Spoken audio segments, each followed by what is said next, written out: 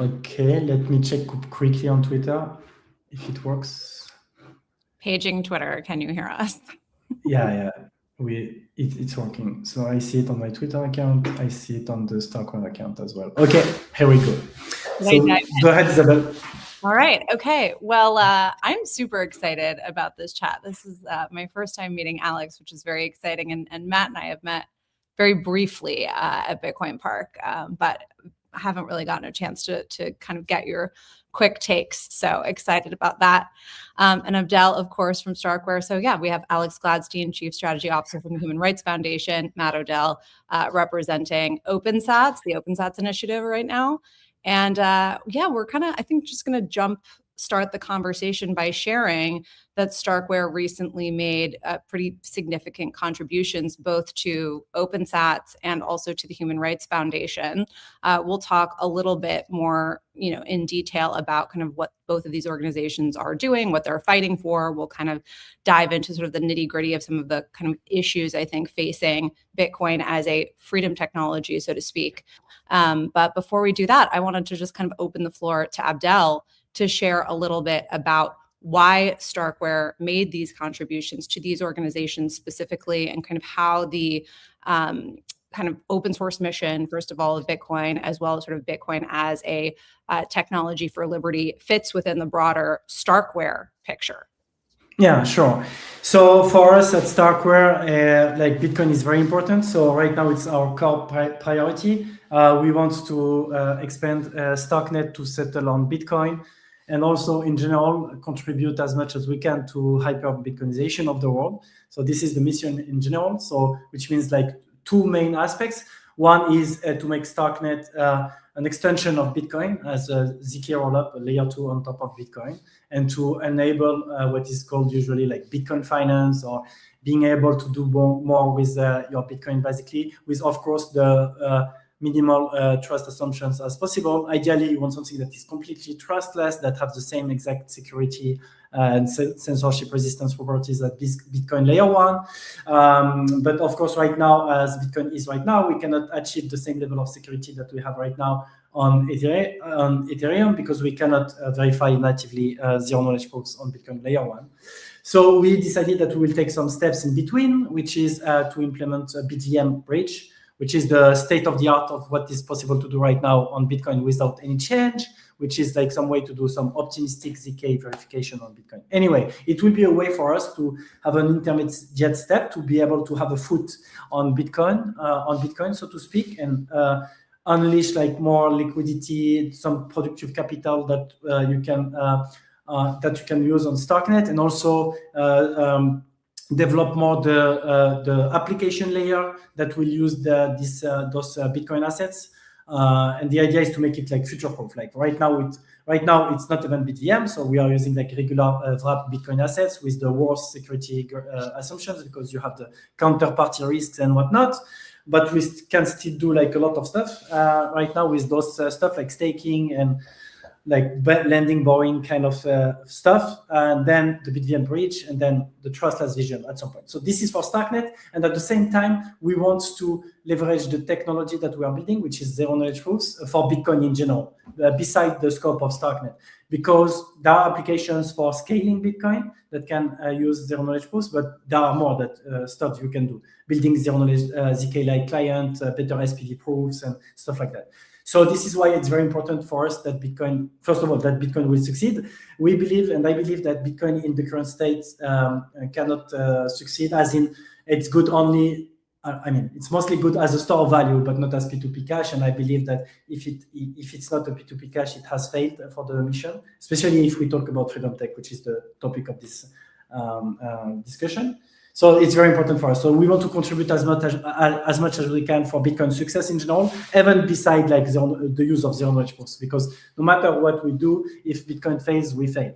I'm not only talking about Starkware, but us like as humans. I think it's a bit failure if Bitcoin fails. Anyway, so that's why it's very important for us to support serious people, serious organizations that are doing a lot of work to support Bitcoin, especially on the open source front. And of course, OpenSats and the Human Rights Foundation were the best organizations possible for that. So that's why. Awesome. Well, I am excited to get into in a little bit more about how zero knowledge proofs can be used both for scaling as well as privacy. So hopefully we'll touch on both of those subjects in some depth over the course of this panel. Alex, I'm wondering if we could start with you. Just share a little bit about the mission of the Human Rights Foundation, and I think specifically like how the Human Rights Foundation got into Bitcoin. That was something sort of happened in a little bit more of its modern history, and kind of I'd love to hear a little bit about that if you don't mind sharing. Sure. So the Human Rights Foundation was born out of basically a gap in the human rights industry where almost all the money for human rights comes from rich Western wealthy countries. And, predictably, they spend it inside those countries. And it makes a lot of sense, right? You're much more empathetic to the people around you and your family and your local communities than you are to like somewhere very far away from you. So what ends up happening is almost all the focus financially in the human rights space goes towards countries that already have, a lot of protections. And conversely, if you try to start a human rights group, or if you're a billionaire and you try to fund the opposition in a place like Hong Kong or Saudi Arabia or Russia or China, etc., you get Jimmy lied immediately, and you're put in prison and everything's taken from you. So there's a huge asymmetric structural imbalance in human rights where something like 95+% of all the money is spent inside what most people would call democracies, and for the like 60-70% of the population that lives under authoritarian regimes and dictatorships, there's just not that much money going around. Just to give you some numbers, I'd be shocked if today in 2026, I'd be shocked if the total amount of funding for human rights work in China, the world's largest country, was more than like $6 or $7 million. Just to give you like a sense. Whereas it's $1 billion industry, right? So we were born out of a sort of reaction to that. Like there wasn't enough focus on authoritarianism. So naturally, we were drawn towards technologies that would thrive under the most intense political conditions. So that started with essentially encrypted messaging.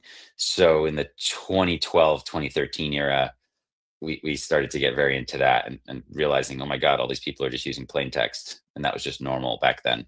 Because most global human rights activists didn't use PGP. That was something just for like Western cypherpunks. Like most human rights advocates just didn't do it.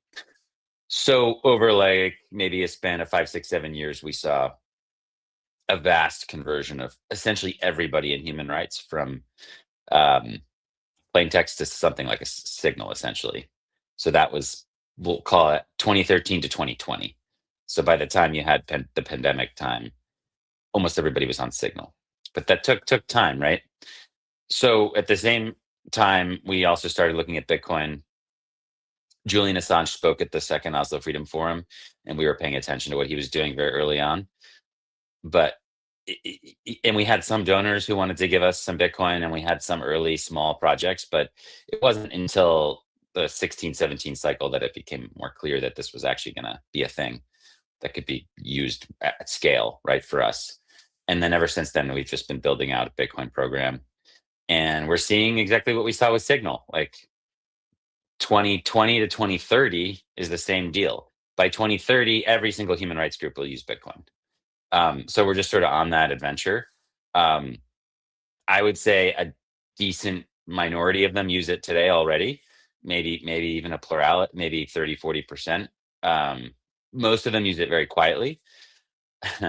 There's a lot of misinformation, obviously, in the world about Bitcoin. So a lot of the left-leaning human rights groups don't want to be public about their use of Bitcoin because their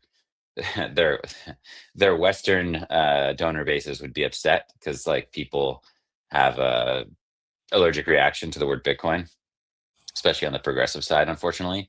But I think you're just seeing it happen. I mean, it's happening. The Bitcoinization of human rights groups is happening. So we're doing what we can to get that to 100% because people need unstoppable money in the age of, total electronic control over finance. It's a very simple, if the government can freeze your bank account whenever they want to, then they can essentially disable political opposition and cement their control. So we need something else. Just to like dive into that a little bit more deeply for folks who might be somewhat new to this conversation, could you give a little bit more color or description of like what kind of financial repression people are facing that Bitcoin is potentially a solve for in some of these locations? Sure. Yeah. Let's just look at the last 5, 6 years. The most widespread one is currency devaluation and hyperinflation. This happens all over the world. Most people are relatively insulated from it. But even in the United States, the dollar has lost about 40% of its value, right, in that span. But now look at countries like Nigeria or Egypt, which are the largest countries in Africa and the Middle East. Those currencies have lost 70, 80, 90% of their value against the dollar, which also lost 40%. So you're talking people whose wages, and it's not like when there's a currency devaluation, people get raises nominally. They don't. Their currency buys less. So you're talking about hundreds of millions of people around the world, especially in corrupt dictatorships, where despite all this crazy human progress and scientific innovation and AI deflation, all this stuff, their wage buys them less bread than it did 6 years ago. This is just the reality for like lots of people. Or 6 months And ago. Yeah, but yeah, exactly. But over like the span of 2, 3, 4, 5 years, it gets really apparent. Now take the inverse, right? So Cuba was a place I was studying 2020, 21 when they started to have hyperinflation. And a lot of Cubans already knew about Bitcoin and they were saving in Bitcoin. And it's like, okay, imagine being up 20 to 40x, okay, versus being down 99.9%. So that's why Bitcoin, is a matter of life and death for a lot of people. So I would say number one is just protection against mass theft by currency devaluation.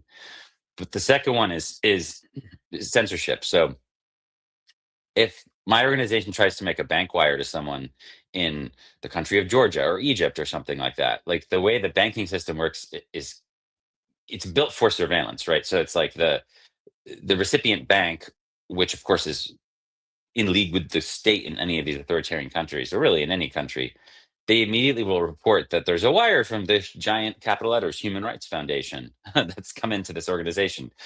And maybe at best they get questioned, and usually, and at worst, the money gets frozen and they get arrested or worse. So that's like normal now. So you can't really use a bank wire to fund activists in most places these days. It's too dangerous or it doesn't work. So Bitcoin is an amazing solution because the government doesn't know that it's happening. Even with just the most basic on-chain transactions, it's possible to do this very safely. So that's huge. So it sort of replaces the bank wire from a donation and from a grant perspective.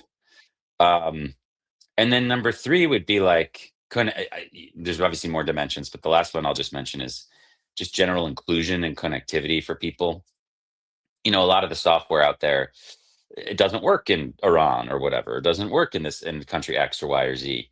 But anyone can spin up a fundraiser and use Nostr, for example, and make a public-private key identity, and then just start fundraising, like today, right now, with no permission from anybody. They don't have to ask permission or fill out paperwork, and that just wasn't really possible 5, 6, 7 years ago. So the ability to do fundraising and operations in a fully open, permissionless stack is very exciting.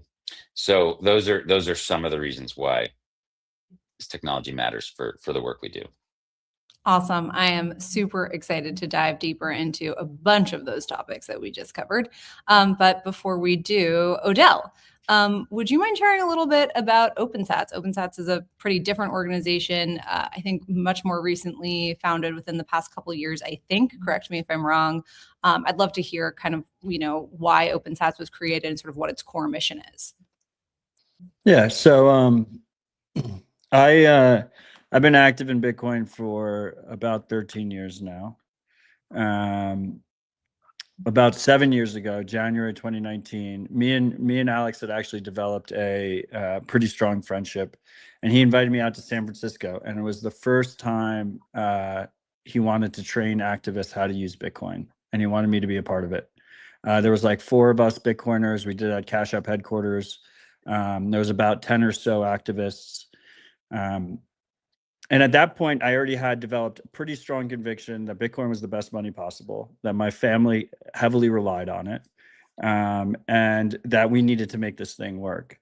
But I had a little bit rose-colored glasses. So we did this training session in 2019, and the tools were horrible. It was really bad. It was a very positive experience. I think the activists were very perceptive to it. They obviously already realized the need. We didn't have to explain the need for better money to them. They just wanted to know which tools to use and how to use them, and the tools were very deficient. I mean, I think Lightning was barely in its infancy at that point. I don't think we had even done the Lightning torch on Twitter yet. Maybe we were about to. BTC Pay Server was brand new, if not created. It might not even been created yet. But if you start to think like, what are their needs, right? Their needs are very good mobile wallets, being able to accept donations privately and sovereignly, right? So that's why I highlight BTC Pay Server. We didn't really have that many good cross-platform mobile wallets. The hardware wallet space was really abysmal. So I came away from that twofold, right? My conviction was renewed that we needed to make this work, but also that I was frustrated we weren't moving quick enough, and what we needed to do was accelerate.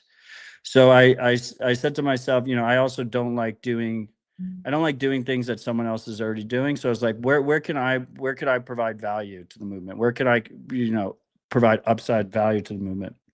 And what I isolated was Bitcoin has this. It's really ironic, right? Because Bitcoin is the base of a global decentralized distributed financial network, but it has a money problem. It has a capital allocation problem.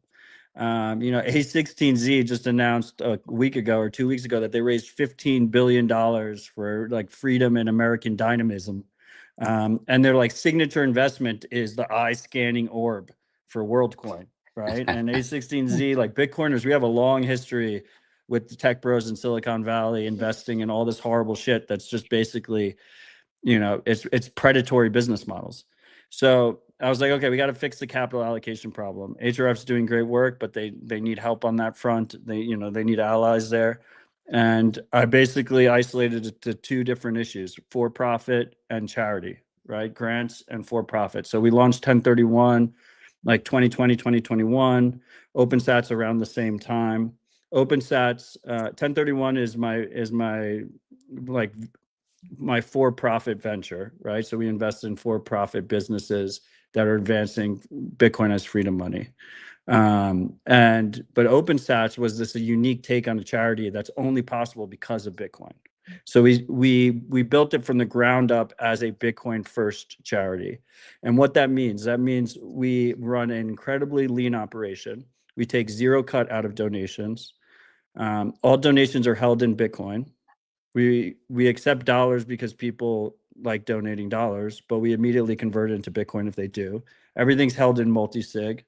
We have a 9-person volunteer board that approves grants. Those grants need a 5-person majority. So to corrupt the board's decision-making, you have to corrupt 5 of 9 volunteer board members.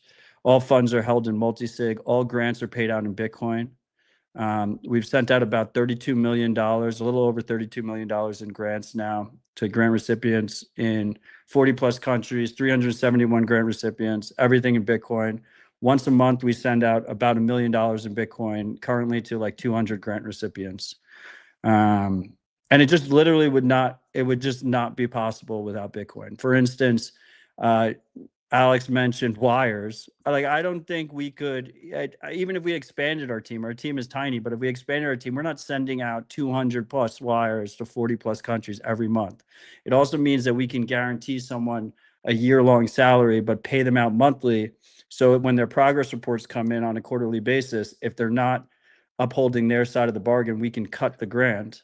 So it allows us to give more, be more transparent, and be more efficient. And it just would not be possible without Bitcoin. Can you touch on just really quickly, I don't want to spend too much time on this, but like just sort of TLDR, why you think this capital allocation exists in the first place? Like, why are there like specific problems related to Bitcoin that just like won't seem to be solved by free markets?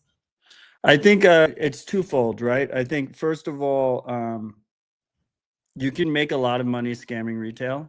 I mean, I'm the first one. I love free markets, and I'm the first one to admit that a lot of Silicon Valley has just followed incentives.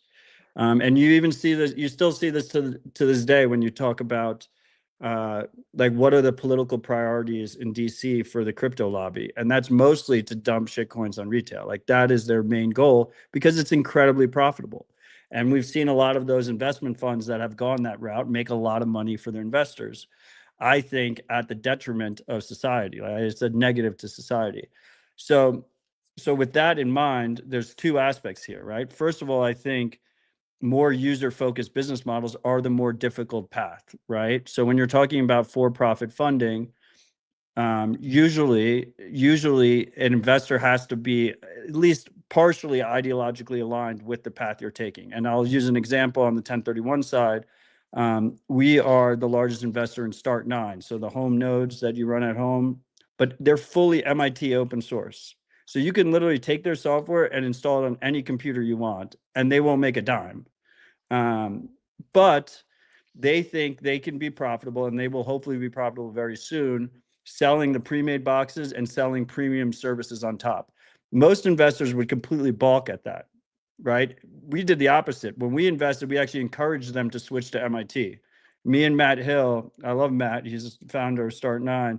Actually, before we invested, would get into public arguments about his license choice. So we came at it from the exact opposite angle. But then on the charity side, you need the charity side because there's a ton of freedom-oriented projects that will never be able to have a business model on them, whether because of incentives or because of regulatory concerns, right? We've seen multiple projects that are focused on privacy and freedom. The actual taking of the fee, trying to add a profit component to it is what makes them vulnerable. So for those two types of projects, whether they're just completely trust minimized or trustless so that a profit can't even be taken, and the incentives aren't aligned with a profit being taken, or because of regulatory reasons, those projects need grant funding. Need is maybe a hard word. Maybe they'd still survive without it. But I think it would take a lot longer. And life is short. Like I don't want to wait 30 years, 50 years. Low time preference is great. But we need the tools today. And the way you accelerate that is by enabling people around the world who want to work on freedom-oriented software to do it full time, rather than do it as a side hobby project while they're trying to pay their rent and feed their kids and whatnot. I'm glad that you mentioned privacy specifically as sort of a regulatory issue in a lot of instances. I want to come back to that at some point. But before we kind of go into like the real deep weeds, I was wondering if each of you could kind of share like a couple of examples that come to mind of projects that are receiving grant funding or, you think may not necessarily be as successful as they are without the sort of nonprofit edition that are impactful or that have been impactful in 2025. Like, what are these open source projects that you're really like watching that are, making waves, and how are they helping? So I would say there's a handful of ways to approach that.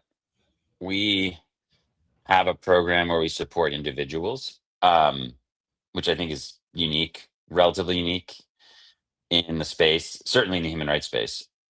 In human rights, you're supposed to support groups. And it's weird because oftentimes human rights groups will raise a bunch of money, but then you find out that the leader of the group doesn't have a salary and is paying for everything themselves. So supporting world-changing individuals directly is really interesting and has a massive impact, I think, in all kinds of ways that's extremely measurable. Gatherings and meetups. So I think that in the digital age, as we get more and more digitized, and more of our relationships are virtual, and we've found it easier in many ways to live in new places that are distant from where we grew up globally, just because of the digital economy and the ease of moving around versus 20 years ago. Physical gatherings that routinely or intermittently bring communities together are really important. You just get a completely different kind of conversation going in person than on a Zoom or whatever, especially when you can prolong it over a day, 2 days, 3 days, 4 days, whatever it is. So we aggressively support gatherings. So those could be conferences, those could be retreats, those could be hackathons, those could be summits, and the ripple effects from these are massive. So those would be just sort of the human side. We also attack education a lot. You know, I don't think that Bitcoin has a scaling problem today technologically. I think it will in the future. It certainly doesn't today. Bitcoin could easily have another 10 million users today, like on chain, no problem. The barrier is clearly not technology; it's education. It's just like those 10 million people don't know about Bitcoin and they're not using it. Again, like we could super easily add another 10 to 20 million, you know, occasional on-chain users, and the network would just cruise ahead. So how do we get those 10 to 20 million occasional actual self-custodial users? Education, like you just have to. So that's another piece. And then, yeah, I mean, look, sometimes there are really important protocols that just aren't going to be a business model. A lot of them will actually be a business model, and you know, Matt's exploring that effectively. But some of them are just either in an incubation phase where they're not going to be appealing for an angel investor or VC or whatever, or they're just not really going to ever be profitable. So those are the range of things that we're looking at. I would, I think that was really well said by Alex. I mean, just to add on to the people component, right? Isabel mentioned earlier that we had met at Bitcoin Park.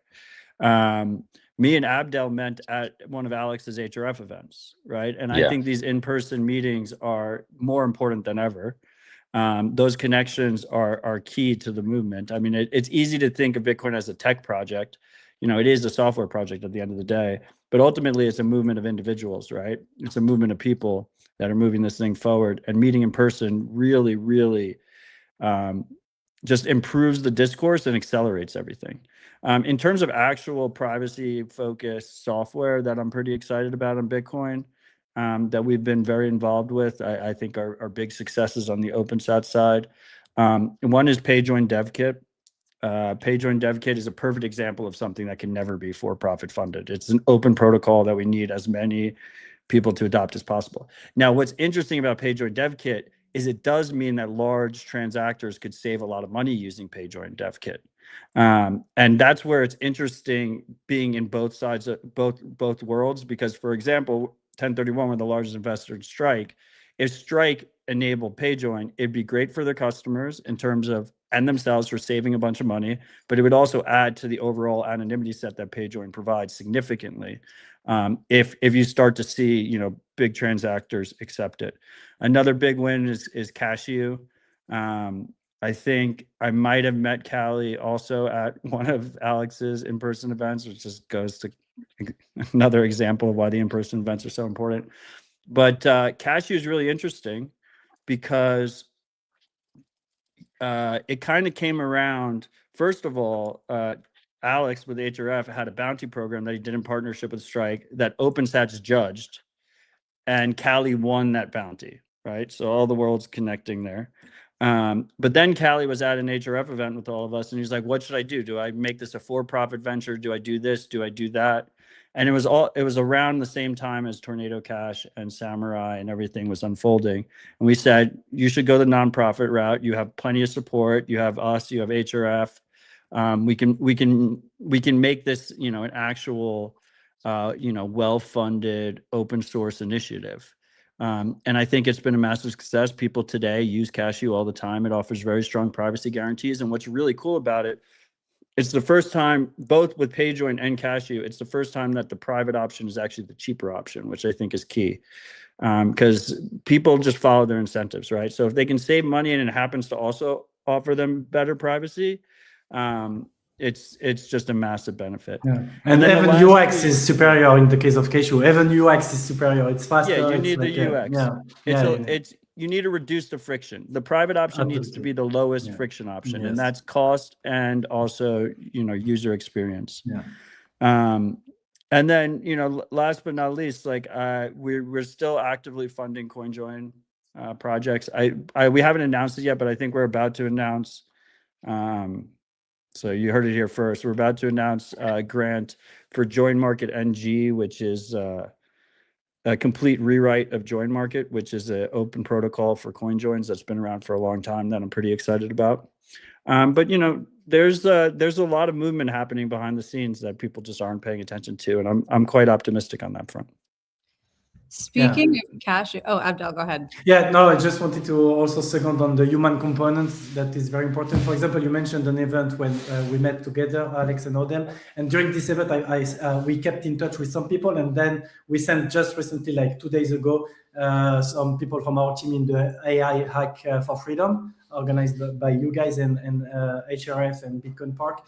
And so it's amazing to keep in touch with those people, to see the progress and collaborate on various projects. So I wanted to second the human component that is key. But because at the end of the day, ultimately, yes, we have proof of work, we have consensus, we have cryptography and whatnot. But ultimately, the strength of Bitcoin comes from the social layer, the people that will protect its core principles, that will make sure that it won't be captured, education as well, etc. And this comes from the social layer, not only with the math and cryptography. So it's very important. Well, speaking of Cashew, I think this is a great opportunity to do like a little bit of a deeper dive into, I think, some of the issues that Bitcoin faces as a freedom technology, so to speak. Cashew is a really good example of something that offers an enormous amount of privacy. However, there's this big trade-off, which is that it's custodial, pretty much fully custodial. How do you guys sort of view, and this is something common that we see, in various protocols, whether that be Lightning, Fedi, right? Like there's some sort of custody and privacy trade-off often with these tech. What's sort of your take on that trade-off and sort of how that affects people and how, those trade-offs will be navigated? What's sort of your point of view on sort of what we're often seeing was this trade-off between custody and privacy? You want to take it, Alex or Abdel? Yeah, sure. Go for it. I mean, look, Go ahead, Alex. People are on a journey with Bitcoin. I think that you have self-custodial Bitcoin as a journey, and then you have, on the other hand, like practical daily needs. So there's one wallet that actually HRF's been supporting for almost 6 years, not continuously, but on and off where we can. I think this wallet, Zeus, was our second ever gift that we made from the fund. They later went on to win a couple of the bounties that we had in our bounty program. And there's been some other support along the way. And what's really interesting about Zeus is that Evan, one of the founder, has really made it a point to immerse himself in some of the events we've done, and has really tried to learn what do people really need, and especially human rights activists. I think he understands that if his tool can be good for people who are under extreme political threat, then it can be good for anybody, right? So if you look at what he's doing, it's really interesting because he's basically building a tool that's moving towards essentially there's steps towards freedom, right? So when you start Zeus, kind of moving forward, you have a certain amount of trade-offs you're making. And then as you learn more and you become more experienced and you add more capital to your wallet, you are sort of encouraged to take more steps to secure that fully. And I think that this is a really nice way to approach things, because the average person, when they first start using Bitcoin, is just going to be confused by a lot of the more extreme things that we do to really secure our freedom on the internet, just in terms of even just things like seed phrases and such like that. So he's got some really clever ways to do that. And then, as you have, whether it be fully custodial eCash, or maybe we'll see things like Arc and Spark, I'm not sure. But you start to get ways to kind of offer immediate use with no paperwork and worries. And then as you grow your capital, you take matters into your own hands. And I'm actually two things I would just say about that. One, I just think that eCash, I think eCash gets to a point where obviously you can get rugged, but there are things happening with eCash where you don't have to really rely on one person. You can have payments that come from many sources. You can have ways to verify what the mint is doing. I think eCash gets really close to whatever the final outcome of something like an Arc or a Spark is, in terms of trade-offs, unilateral exit being the main thing I care about, right? Can you unilaterally exit? And my prediction is that within 5 years, eCash is really close to those quote unquote layers, right? Where maybe it can serve the needs of people. And again, that would be super exciting, because it means we don't necessarily have to add over complexity to Bitcoin. The second thing I would say is you can do that. I just saw this incredible presentation from Jeremy Rubin I mean, I think people are going to be able to do basically whatever they want with Bitcoin with no soft fork moving forward with some of the stuff that he and Robin Linus are working on. So, you do what you want, and then no one else has to comply or even understand what you're doing. And I think that that's really, really crazy. And we just haven't even begun to understand what the possibilities are for that. So I would say on the one hand, I wouldn't rule out eCash as getting like more and more closer to unilateral exit as it evolves. And number two, I think we can get to some of this stuff where you're essentially able to run a full Turing complete whatever you want on Bitcoin with no soft fork. And I didn't really realize that was possible, and it probably wasn't until this year. So we're gonna get to that with some of the stuff that Jeremy Rubin and Robin Linus are doing. So we'll see. I mean, it's a brave new world out there. So that's all I'll say. Yeah, I mean, I would just add two quick pieces to Alex's point. I mean, first of all, I think the graduated wallet concept is great. That's the word, graduated wallet. Yeah. Yeah. I was waiting for you to say it, but that's why I'm here. Thank you. But look, I think it's overblown, right? Look, I think the custodial risk, right? Like obviously there's custodial risk if you use Cashew, but a ton of people are using Bitcoin in a custodial way right now. They're just getting no privacy, and they're getting the exact opposite. They're getting even worse privacy guarantees because they're fully KYC'd and they're doing ID checks and whatnot. Well, they can't move it because it's in an ETF or whatever. Yeah. And they can't move it whenever if they're they buying want. MSTR or an ETF or what if it's not even just Bitcoin, right? If they're using Venmo or Revolut or whatever, they're using custodial systems that offer strictly worse trade offsets than Cashew does. And Cashew's been very, I think, transparent about those risks, which is key. It's one thing if they were going out there and Callie and other Cashew promoters were saying this thing is trustless and you can't get rugged, blah blah blah. This is the future. No, they're very honest about the trade-off balance, and I think that's fine. I think first of all, I think what we're seeing is a lot of people are using this as a spending wallet, right? So they're using it for $200,000, something like that. You can think about it like the cash you have in your back pocket. You have cash in your back pocket. You go out onto Main Street at night or whatever, you get mugged. Your world's not over. Right. But at the end of the day, you want to go and be able to spend things easily and have good privacy when you do that. I think Cashew fits really well there. The bigger concern to me is, we joke around about is like who will run the mints, right? Like who will build the roads, because that's where the regulatory concern is, right? Is on who's actually running these things. And you really want as many as possible to be running. And I think that is solved by just making it easier to run mints privately at home, self-hosting. And so one project that we're funding out of OpenSats is called Orchard, which basically tries to remove the technical complexities of running a Cashew mint. It gives you a nice little GUI. You can run it on your Start9 or whatever server you're running at home, and you can see everything that's happening in your mint, right? This dream of small community mints around the world that are helping out their neighbors, helping out their family, and running on a much smaller scale. Cashew in itself, the reason it's so exciting is because it's so simple, right? It doesn't require a soft fork. You just have to run a Lightning node. It doesn't I'm also very excited about Fedimint, but doesn't require multi-sig, doesn't require federation. You don't have to have as much coordination. They can move very quick and break things, which you can't do with the protocol layer of Bitcoin.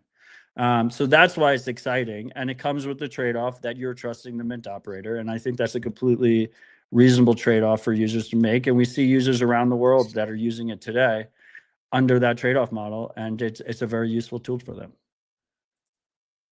Abdul, any other thoughts? Yeah, I overall I agree with all that was said. I would say, first of all, there is no silver bullet, and it's all about having optionality for users depending on their risk profiles and what they want. So this is good that we have all this design space with different solutions, with different trade-offs and so on. And also one phenomenon that we see is that the wallets are smarter now, and they can choose the best scaling solution in a smart way that is not super complex for the user. For example, Bull Bitcoin, they have an elegant way to present this to the wallet, to the user, as you said, like spending wallet, saving wallets, this kind of stuff that people can grasp, and they can understand that some technology is more for pocket money and some is more for long-term saving. And there is a way also to improve on the UX level to have wallets that will be more sophisticated but still provide a good UX. So it's good to have all those solutions. And also I would think that, yeah, it's all about having incremental improvements and ways to get closer and closer to full self-custody and sovereignty and whatnot. And I think Cashew fits well in this category of projects that are better than the status quo of people that are not using Bitcoin at all or using Bitcoin through ETFs and whatnot. It's a good way also to bridge and understand better what Bitcoin is and what it can provide and whatnot. So I think it's good. And I think it's good that we explore at the same time all those scaling solutions.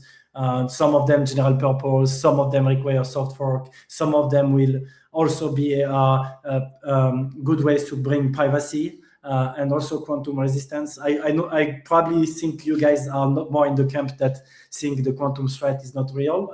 I do care about it, but regardless, I think it's good that we explore all those solutions at the same time. Yeah. On the regulatory front, I mean, I was just going to say one thing on that. It doesn't really matter how technologically advanced you make Bitcoin if the merchants aren't willing to accept it.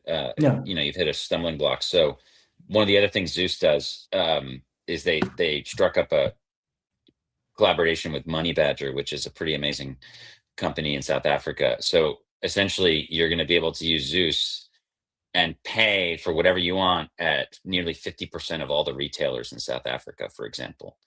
So this is the way we can hack into the existing system, and you can have all these sovereign people living on the Bitcoin standard, and they can just buy anything.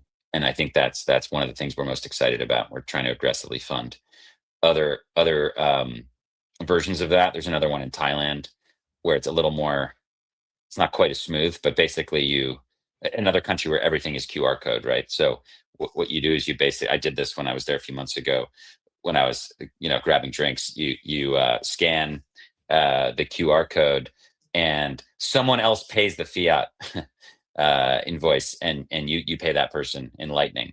So the establishment has no idea that Bitcoin was involved. They were paid by whatever, fiat, and you have amazing privacy. So you can go into Thailand and basically live there today and just be like completely Lightning sovereign. It's pretty amazing. So those are the really key things. On the quantum thing, I think most people would agree it's important to consider. It's just not today. But we've already done a bunch of research on this. We had a whole research paper we put out last year on this, and we know what the risks are. But look, I think especially the stuff that, like, for example, Jeremy and Robin are working on, it'll allow people to migrate at their own pace, and the people, like, whenever it does become a threat, people will be able to move their coins. And if you don't want to move your coins, maybe you're fucked. But like, as long as people have sovereignty and choice, we're still living in the Bitcoin world. If someone else is making a decision for you, that's the altcoin world, right? We don't want to be over there. We want to be where, like, you get to decide, right? So I think it's heading in the right direction. With that, I have to hop, guys, but this was super fun. Thank you very much. Super grateful for the support, and thank you very much. Let's do it again sometime. Yeah, sure. Bye. Yeah. I have more time if you want to continue. Yeah, let's do it. We can continue 5-10 minutes, something like that. I'm curious. I mean, like, you kind of like alluded to this a couple times, even when you were sort of talking about the risk to, folks who are spinning up mints, eCash mints. I think there's sort of broader question of like, what is the impact of, regulatory crackdowns on privacy protocols, especially builders of privacy protocols? And I would love to hear your thoughts on that, Odell, as well as Abdel. I would love to hear your thoughts also. Yeah. I mean, look, I wear many hats, right? So this hat, my 1031 hat, actually makes me money. OpenSats, I don't make any money on. It's volunteer.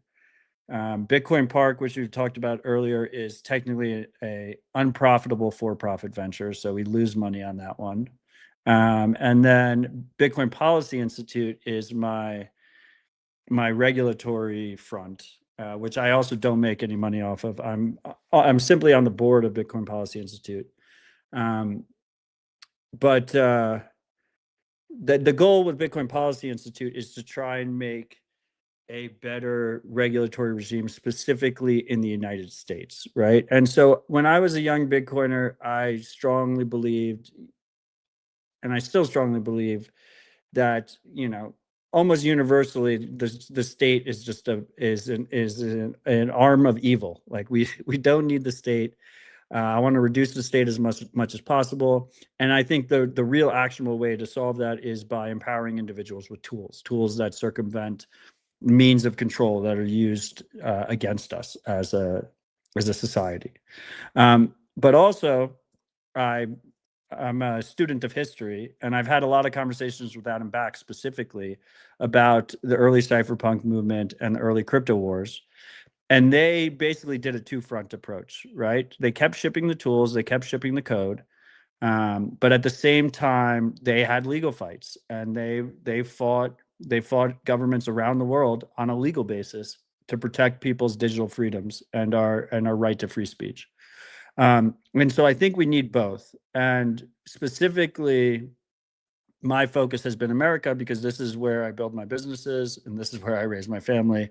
So I have a very strong incentive to try and make this, you know, the best place in the world for people to build open source software and other freedom tech.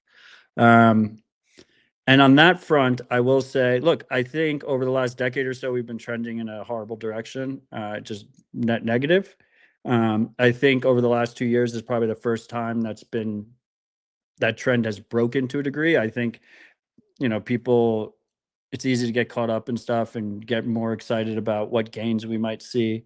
And probably a lot of people are disappointed about, you know, maybe the first year of the Trump administration in terms of how that's affected open source developers and Bitcoiners. I mean, specifically, the Samurai developers got jailed under Trump. That prosecution started under Biden, though, but nonetheless, they're in jail today. So I think it's important to level our expectations, right, on who we're working with here.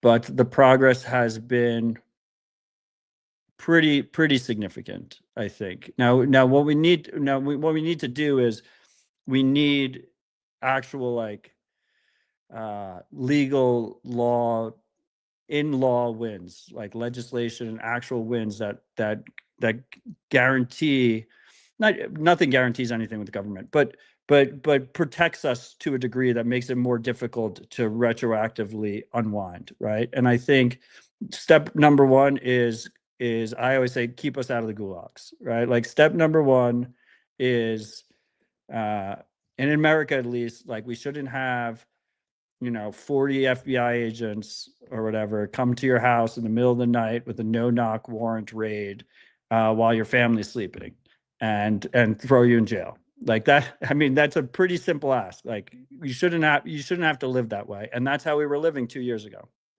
And I think we're probably not living that way right now.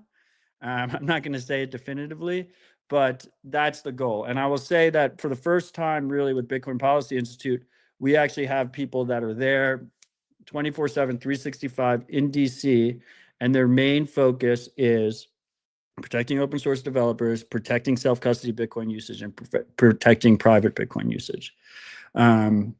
So, I mean, I think, yeah, I think we've seen wins. Hopefully we see more wins. We're trending in a better direction. We've made great progress over the last 2 years. To the Mint's question specifically, I think the people running these services will always be, that's the hardest win. I think an actionable, accessible win is protecting developers who write open source software that are not custodying funds. I think that should be something that everyone should be able to agree to, and that is something that is protected under the U.S. Constitution in terms of free speech. Abdel, you want to add anything about, I mean, again, I know, like, Starkware is obviously kind of pushing the envelope in many ways in terms of, like, what they can make happen on the privacy front from a technical perspective, but you're also this, you know, enormous company with a huge regulatory watch on you. You know, how has that affected what you're building? Absolutely, yeah. There is the theory and then the reality of some people running the company that don't want to go to jail and whatnot. So I will tell you, like, honestly, how I see it. So we do have some constraints, and we cannot do whatever we want for sure. And right now we are literally prioritizing privacy features on Starknet. So it's very hot topic that we are dealing with right now. So we unfortunately have no choice to build compliant privacy on the protocol level. We don't have the choice. It's a given. I mean, the other option would be like to go to jail, but I think no one wants to take it. So we'll have compliant privacy on the protocol level. However, there are two important things that make me comfortable with this reality. One is we will do privacy that is compliant, but everything we do is open source, and Starknet is permissionless. I don't know how much I can say openly, but probably people understand what it means. So Starknet is permissionless, and what we do in terms of the privacy features, they are open source. So you can take your own conclusion on that. And then the second aspect is this constraint is actually good in terms of incentives, because it gives us a lot of incentives to actually push for more decentralization of Starknet. Because once Starknet is fully decentralized completely and no single entity operates it and whatnot, and it's completely permissionless, no one can stop it, then you can just say, I cannot do anything. I cannot stop, and I cannot stop even if North Korean hackers are using your privacy services. If you simply can't do anything, that's the best scenario. So can't be evil. So this is the target. So it's good. It's a good incentive for us to have this constraint. So I'm actually happy that we have it. Because otherwise, if we for example, if we did not decide recently to actually accelerate on privacy, we would have less incentives to actually decentralize and to make Starknet completely unneeded for Starknet. So it's good in a way. And then at the same time, I would say that there is a lot. Yeah, I agree. We need also to push on the legal fight, and some people in our company do that. So Catherine, so he's from America, so she's the general counsel of Starkware, and she is participating actively on those discussions with the SEC and regulators and whatnot. As much as I hate them, I think we don't have the choice, and we need to deal with this reality. So we have people that are doing this legal fight. I'm more on the technical fight and more on the cypherpunk advocacy fight, but we need both because this is the reality. We cannot live without it.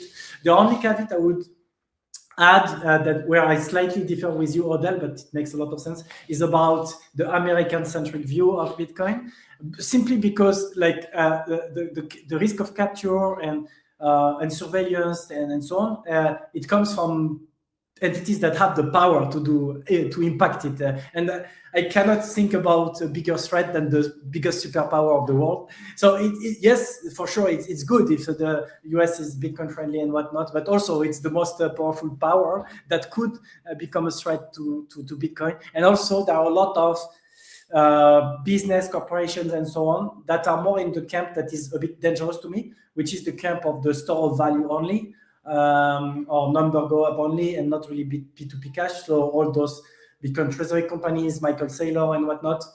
And I'm saying that, and we want them on Starknet, to be honest. Like, this is one of the main targets we want, to attract liquidity or to generate productive capital, lending, borrowing on Starknet and so on. But my honest opinion is that I also see them as a risk, because they have a lot of incentives of not changing anything on Bitcoin, and they are fine if it's just a store of value. But if it's store of value, as Alex was saying at the beginning, it covers only one dimension, which is about protecting against deflation, about currency debasement and so on, but not really about the censorship resistance aspect, and for those human rights activists to have always a way to be able to transact anywhere on the planet, anytime and so on, without surveillance. So I'm just a bit worried about the full American-centric view of that aspect, but yeah. Odell, I want to make sure, while we still have a couple of minutes, I want to kind of ask you just broadly, aside from sort of like what I would call like maybe like UX types of frictions, or like ways that Bitcoin maybe still has like work to do in terms of like how people interact with it on a regular basis, do you have any, what do you think are like concerns that we should be thinking of in terms of just the general like health of the network? I know that, quantum was brought up. Are there any, like, what do you think of as like the biggest threats to the network, or like the security of the network, that we need to be, thinking about and coming up with solutions for? I think Bitcoin as a protocol and as a network is quite healthy. I think it's healthier than it's ever been. I think it's easy to get stuck in, I don't know, like people used to complain about the 24-hour news cycle. Like we're at like the 1-hour news cycle now. It is like completely compressed. People wake up in the morning, they open X, they're like, what are we supposed to be angry about today? What am I supposed to be concerned about today? And it's important to zoom out and think about specifically a project like Bitcoin, which if successful is a generational project, and you have to start thinking on 5-year, 10-year timescales. And we're in a great position. Could we be in a better position? Sure. Has it beat all expectations from what I was expecting 10 years ago? Yes, by leaps and bounds. So what are the loudest complaints? Well, I think quantum we've heard recently. I think there's a lot of good research happening there. I think we have to be very deliberate about how we proceed. I think we shouldn't be freezing people's funds or telling people how they should be using Bitcoin. And I think we'll have options, to Alex's point, with basically, like, you can think of it high level, like there'll be quantum resistant address types and you can choose if you want to move to them or not, and people will move to them. But it's very hard to change Bitcoin. That is a value prop. That is a good thing, not a bad thing, because if you can change Bitcoin easily, you can change it for the worse. A malicious attacker can change it for the worse. And so if whatever we choose, whichever path we choose in terms of what does that quantum resistance look like, I think needs to, hold up over the next 50 years, 100 years or whatever. So we have to make the right decision there. What else do we hear? We hear medium exchange restore value. Look, I love Bitcoin. I love spending Bitcoin. I think if people hear my public statements and where my work is focused, they would put me in the medium exchange camp. But this has been a quote unquote war between different aspects of Bitcoin social layer, Bitcoin users for years, right? And it's actually what most people, I think what a lot of people don't realize is you really need both, right? Like your store value is not actually value if you can't spend it without permission, period. Right? Like let's say you hold Bitcoin for 10 years, you have $5 million and you can't spend it. Like you don't actually have any money. And then, so that's the medium exchange piece. Mining centralization used to be way worse than it is today. Like it's actually improved significantly. Is it great? No, it's not ideal, but we're moving in the right direction. And so I think the biggest risk to Bitcoin is probably apathy on the user level and the people level. And so when I talk about that, what am I talking about? Look, can you use Bitcoin as freedom money today? Yes. Can I use Bitcoin as freedom money today? Yes. Can a lot of people I know use Bitcoin as freedom money today? Yes. Can the overwhelming majority of people use Bitcoin as freedom money? Probably with a little bit of education. I think the tools still have a decent amount of friction, and personal responsibility is always more difficult. But if I think about where Bitcoin is in 50 years, 100 years, what percentage of the population is using Bitcoin as freedom money? Probably on our current trajectory, 5%, maybe less. Is that success? Maybe for the 5% that are using it. Is that enough? Maybe yes, because when people realize the need, they'll join that 5%, and maybe most people just won't realize the need. But my focus is how do we increase that baseline number? Because the baseline number is not 85%. Like you're just completely delusional if you think the baseline number of where we're trending is 85%. And then you're just going to be set up for failure. You're going to be in 5 years, 10 years, when we're nowhere near close to it, those expectations are going to grind you down, and you're just going to get burnt out because of it.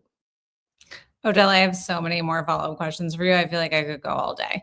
But maybe we'll have to do a part 2 at some point because we just hit the time. Abdel, thank you so much for organizing this. This was so fun. Such a treat for me personally to meet both Alex and Odell. So thank you for the introduction. And any final words from either of you that you want to share? Yeah, maybe, by the way, before we end, Isabel, you can say something like just a subtle thing about why you are animating this space and whatnot, if you want. Yeah, sure. I mean, yeah, I'm happy to. I mean, I am very excited to be kind of joining the Starkware team, so to speak. And kind of, yeah, contributing specifically on Starkware's transition into Bitcoin projects. I think Starkware's sort of roots and Eli Ben-Sassan's roots is, in Bitcoin and sort of always has been in Bitcoin. And then for whatever reason, there's sort of understanding that zero knowledge proofs just like we're not going to be functional in Bitcoin, and this sort of movement into Ethereum happened. And I'm just so thrilled now to be kind of joining the team as we sort of reposition into the Bitcoin space with especially the development of BitVM, which is something I've been very, very close to. I know Robin Linus has come up several times in this interview, and he's had a very big week. He announced his company yesterday with Liam Egan, the development that they're making there. So yeah, this is just like a very, very exciting moment. And I think Starkware is likely to be a leader, if not the leader in that movement. So yeah. Yeah, so we are excited to have you join us, and also for the quantum work, because you are actively involved in that. So yeah, my final words will be that so I'm very happy about this panel that we did. It was super exciting, and I'm happy that we have like more than 1,400 people listening to that. I want more people to listen about Freedom Tech, why it's important, and so on. It's a topic that is undercovered, especially in the more like crypto space, unfortunately. I want also more bridges between those two worlds, because there are some actual tech that can be useful for the freedom tech movement. And in terms of the threats, there are many possible threats for Bitcoin. But if I had to pick one, I would say privacy, because it's not only about privacy for the people, but also because privacy is one obvious attack vector.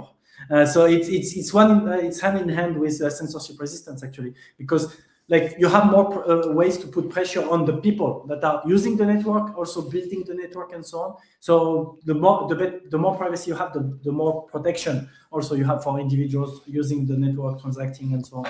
So it's not only about not wanting to expose your life or hiding anything, but it's also a protection, and it's better to avoid some capture risk and whatnot. So I would pick privacy. You need your own private military. It's like one of the two, basically. Yeah, exactly. So yeah.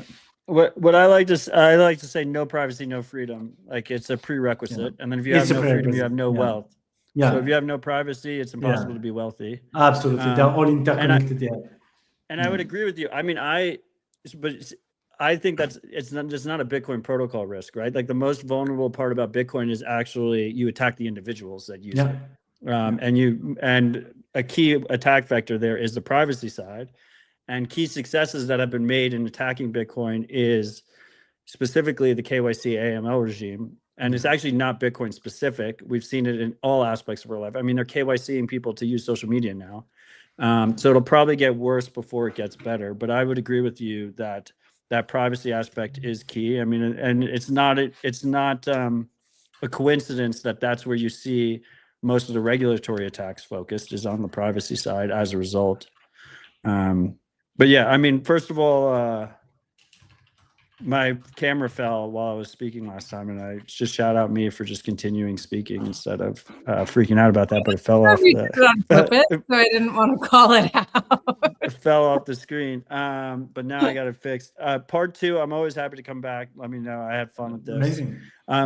I wanted to just quickly, OpenSats to the apathy part, right? It's like OpenSats is a 501c3 charity.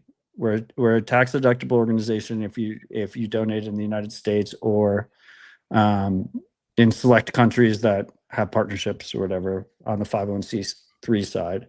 And I'm a volunteer, and most of the people working on the project are volunteers. We have a few full-time employees that are paid out of our operations fund, which is a separate entity. So if you donate, you get 100% pass-through.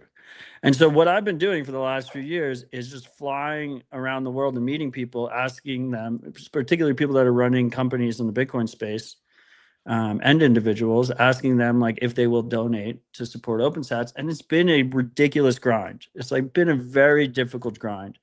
And I think part of that, is this idea of apathy, right? It's like, okay, I'm set, so we're good. We don't need to push forward. We don't need to accelerate.